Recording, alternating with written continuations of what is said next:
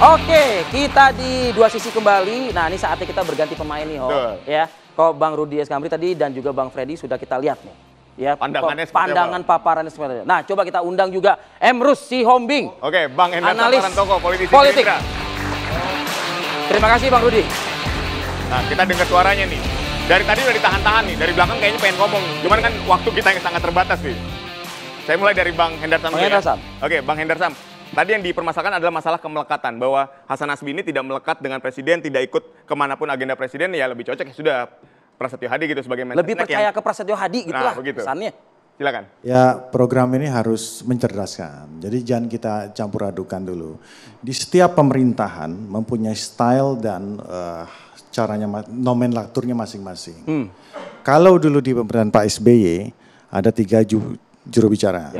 Julian Adrian Pasha, ya kan, Andi Malarangeng, dan Dino Patijalal. Itu dibagi, ya, bidang keluar negeri Dino Patijalal, Andi Malarangeng bidang politik dan keamanan, dan lain sebagainya. Tentu dia di tiap pemerintahan termasuk Pak Prabowo juga seperti itu. Ada perbedaan. Jadi kita harus melihat juga, balik lagi kepada perpresnya. Jadi PCO itu, ya kan, itu tadinya sejarahnya itu adalah bagian daripada KSP. Deputi 4 KSP bagian media dan komunikasi. Yang kemudian ditarik ya, dijadikan kepala sendiri ya kan, menjadi instrumen sendiri, ini setingkat menteri. Dan oleh karena itu presiden mempunyai hak prerogatif untuk mengangkat dan memberhentikannya. Makanya kita bilang itu ya kan, itu dijamin oleh undang-undang pasal 17 ayat 2 Undang-Undang Dasar bahwa ketika Hasan Nasbi mundur, ya kan, saya sudah pernah mengatakannya, mundurnya beliau itu ya tidak serta-merta mundur, karena itu hak prerogatif, melekat oleh diatur dijamin oleh Undang Dasar, jadi dia Pak Prabowo boleh untuk menolak.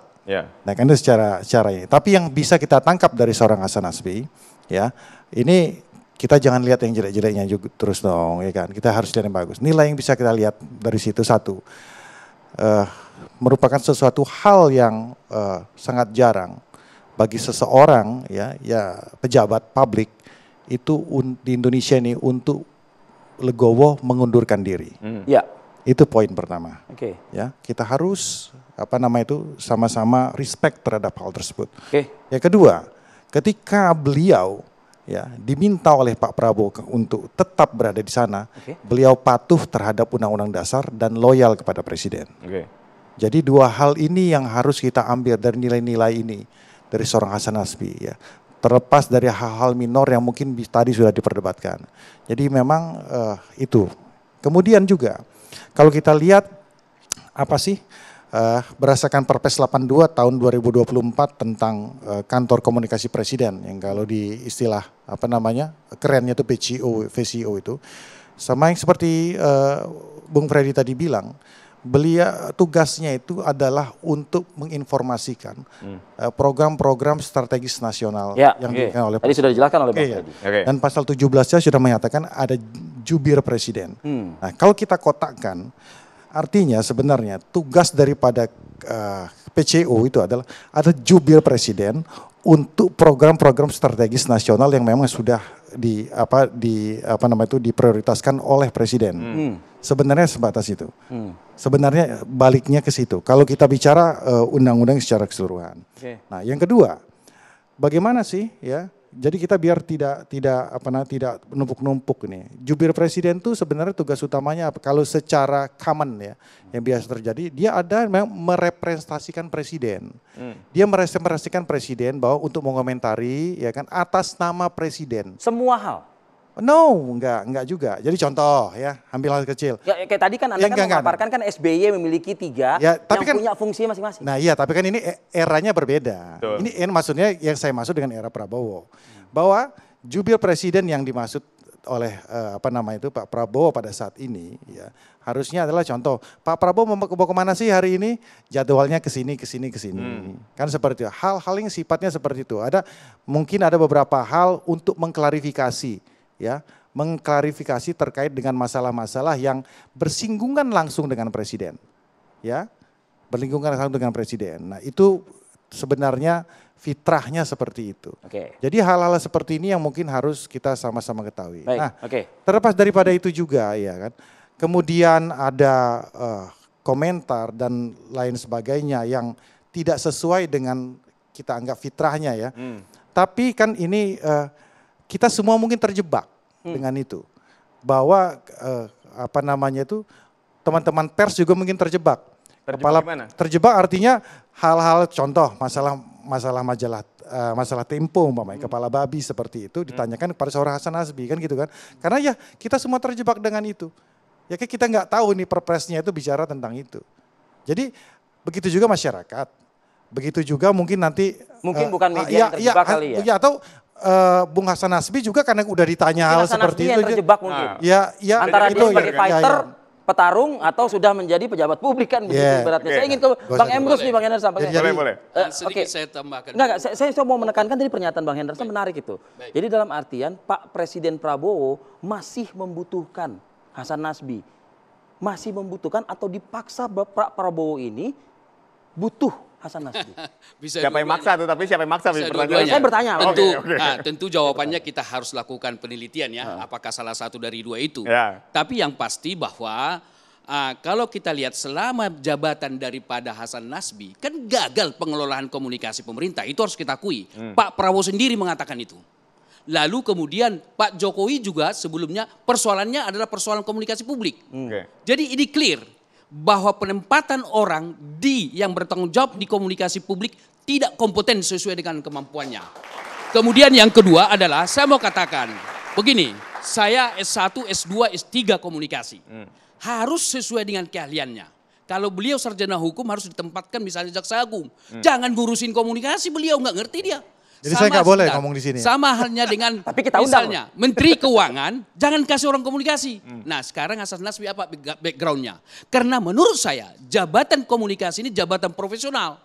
Boleh pertimbangan politik, tapi jangan lupa pertimbangan profesional. Oleh karena itulah tadi dibahas oleh Pak Freddy tadi dianggap orang lain itu musuh.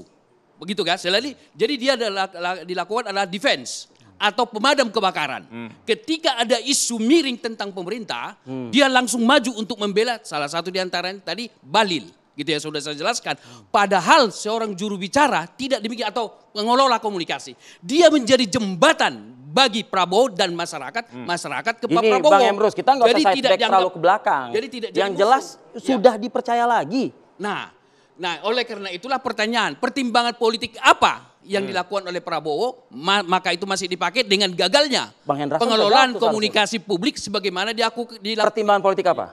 Saya tidak tahu. Jadi apa pertimbangan politik Prabowo? Saya terus terang, ini sebagai hipotesis. Boleh jadi nanti setelah dicari orang yang paling tepat profesional di bidang itu, bisa saja bersama-sama menteri lain di reshuffle. Karena kompetensi di bidang komunikasi, saya terus terang mengatakan tidak bisa menarik simpati. Satu lagi saya katakan. Simpati media, wartawan, silakan disurvei dulu. Apakah mereka memberi simpati kepada Hasan Nasbi? Silakan diteliti. Baik, tapi saya kayaknya ingin Anda terlalu mengeneralisir deh. Gagal PCO gagal, PCO tidak becus. Artinya kata-kata itu keluar seolah-olah mengeneralisir gitu. Artinya dengan Hasan Nasbi ini seolah-olah PCO ini jelek satu kubu gitu. Sederhana menjawabnya. Bukankah Prabowo mengatakan bahwa pengelolaan komunikasi pemerintah tidak baik? Selesai. Jadi kalau berbasis dengan itu ya lembaganya berarti gagal gitu. Oh, otomatis karena lembaga tidak baik artinya bisa diperbaiki. Kalau gagal itu seolah-olah sudah tidak bisa diperbaiki toh. Seharusnya menurut saya Hasan Nasbi harus diapresiasi dia mundur. Jangan lagi diangkat lagi. Gitu. Nah, apa pertimbangannya pertanyaannya? Kembali profesionalisme. Profesionalisme komunikasi. Karena dia tidak mampu mengelola komunikasi, manajemen komunikasi. Saya ambil contoh ya. Orkestrasi. Sudah terlalu banyak contoh tadi, Bang. Sedikit aja. Orkestrasi komunikasi tidak berlangsung. Misalnya satu, mampukah dia mengelola komunikasi, sumber daya komunikasi yang ada di pemerintahan, humas-humas yang ada di kementerian tidak dikelola itu? Apa pertimbangan Pak Prabowo nih? Banyak banget nih harus ditanggapi. Satu-satu aja dulu. Jadi satu Bang Emrus kayaknya belum baca perpresnya dulu, ya kan. Perpres tentang hal tersebut. Bahwa memang ada benarnya yang dikatakan oleh beliau bahwa memang tugas pokok dari dia adalah mendeliver program-program strategis pemerintah. Presiden, ya kan. Hingga dia dituju jubir untuk masalah tersebut. Nah, kalau kita bicara nanti disambungkan lagi dengan masalah persepsi, ya, persepsi suka atau tidak suka, ini memang beliau karena ini kan sebenarnya, ini kan seperti saya jelaskan tadi, ini kan tugas KSP yang ditarik ke sini. Jadi memang dia tidak harus melekat.